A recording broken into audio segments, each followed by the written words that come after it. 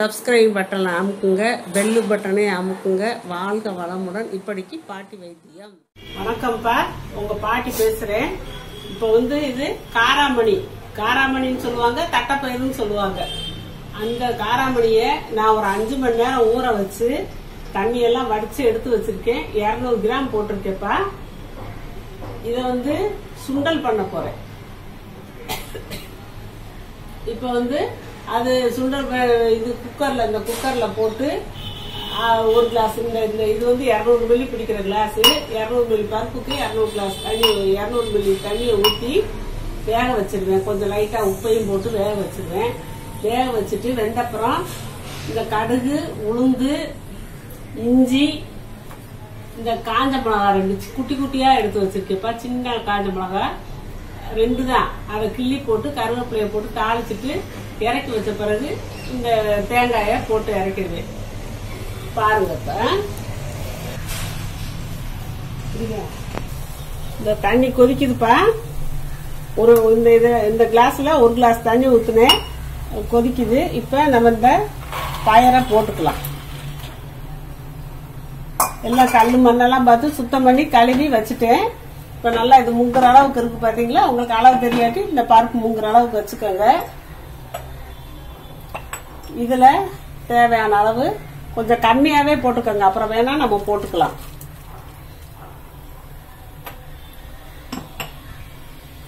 உப்பு போட்டாச்சு. இப்ப மூடி வச்சுட்டு வெயிட் போட்டுருவோம். ஒரு 2 விசில் வரவும் ஆஃப் பண்ணிக்கலாம்ப்பா.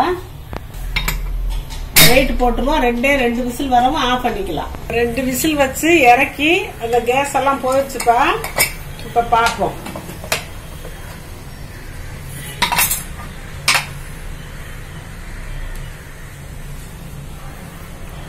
பயிறு சூப்பரா வந்துருச்சுப்பா. இப்ப இதுல கொஞ்சம் தண்ணி இருக்கு, இதை நம்ம வடிச்சுதான் ஆகணும். இந்த தண்ணியை நம்ம வடிச்சு கீழே ஊத்திடலாம்.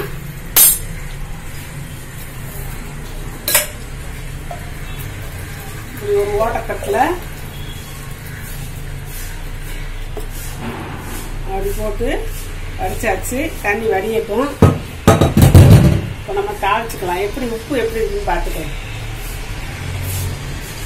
உப்பு அரைப்பு தான் இருக்கு. நம்ம தாளிக்கும் போது கொஞ்சம் உப்பு போட்டுக்கலாம்ப்பா.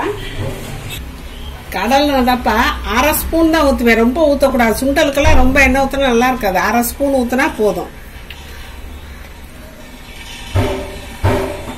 என்ன காஞ்சிருச்சுப்பா. இந்த கொஞ்சம் ஒரு 1/4 டீஸ்பூன் கடுகு போட்டாச்சு.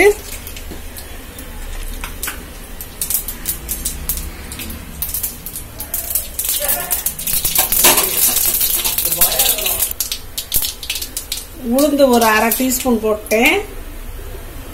இந்த மிளகாய கிள்ளி வச்சிருக்கேப்பா, பொடி பொடியா கிள்ளி வச்சிருக்கேன், போட்டாச்சு.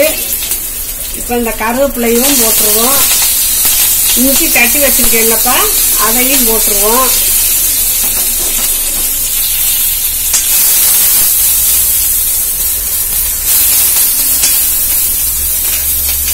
போதும். அடுப்பை ஆஃப் பண்ணிட்டேன். இப்போ அந்த பயிர்ல 1/2 உப்பு தான் இருந்துச்சுன்னு சொன்னேன். இன்னும் இதுலயேவும் நம்ம அந்த உப்பை போட்டுருவோம். தேவையான உப்பை இப்ப போட்டுட்டேப்பா. அடுப்பை ஆஃப் பண்ணிட்டேன். சட்டியிலே சூடு இருக்கும், அதனால நான் அடுப்பை ஆஃப் பண்ணிட்டேன். இப்ப இந்த பயிரை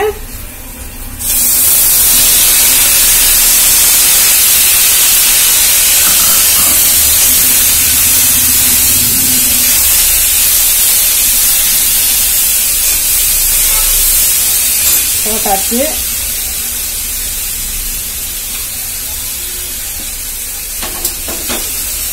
தேங்காய் நல்லது. நம்ம இப்போ வேக வைக்கல, பச்சை தேங்காய் கணக்கு தான். சூடே இல்லாம போட்டு கிளறியாச்சு. இப்ப நான் கிணத்துல மாத்தி காட்டுறேன். இப்ப சுண்டல் ரெடி ஆயிடுச்சுப்பா. காராமணி இல்லாட்டி தட்டாம்பயிறு இப்படின்னு சொல்லிக்கலாம், 2 பேர் இருக்கு. இப்ப ரெடி ஆயிடுச்சு. நான் இஞ்சிய தட்டி போட்டு தாளிச்சேன். ஏன்னா இதுல வாயு பிரச்சனை நிறைய வரும். ரொம்ப சத்தான பயிறு, அதனால வாயு பிரச்சனை. ஆனா இது ரொம்ப குளிர்ச்சிப்பா உடம்புக்கு, உடம்ப கூல் பண்ணக்கூடிய பயிறு இது. இது இந்த சுகர் பேஷண்ட்டுக்காரவங்க எல்லாம் சுகர் பேஷண்ட், பிபி பேஷண்ட் யாரும் சாப்பிட்டுக்கலாம்ப்பா. ஹார்ட் பேஷண்ட் எல்லாமே இந்த பயிர் சாப்பிடலாம். நல்ல கூலான பயிர். நான் வந்து இஞ்சி போட்டதுனால நான் பெருங்காயம் போட்டு தாளிக்கல. ஒருவேளை பெருங்காயம் வாசம் பிடிக்கும் நல்லா இருக்கும் அப்படின்னா கொஞ்சம் தாளிக்கும் போது போட்டுக்கோங்க. அதுக்கு தான் நான் பக்கத்துல வச்சு காட்டுறேன். இனிமேல் நீங்க அடிக்கடி சுண்டல் ஈவினிங் டைம்ல நீங்க சுண்டல் வச்சு சாப்பிட்டீங்கன்னா நைட்டு சாப்பாடும் உங்களுக்கு குறையும். அதனால நீங்க இந்த மாதிரி அடிக்கடி டெய்லி இல்லாட்டி கூட வாரத்துல 2 நாள் 3 நாள் நீங்க ஈவினிங் டைம்ல சுண்டல் செஞ்சு சாப்பிட்டுக்கோங்கப்பா. மற்ற மசாலா போடுறத காட்டிலும் இப்படி சுண்டல் செஞ்சு சாப்பிட்றது ரொம்ப நல்லதுப்பா. வாழ்க வளமுடன். சப்ஸ்கிரைப் பட்டனை அமுக்குங்க, பெல்லு பட்டனை அமுக்குங்க. வாழ்க வளமுடன். இப்படிக்கு பாட்டி வைத்தியம்.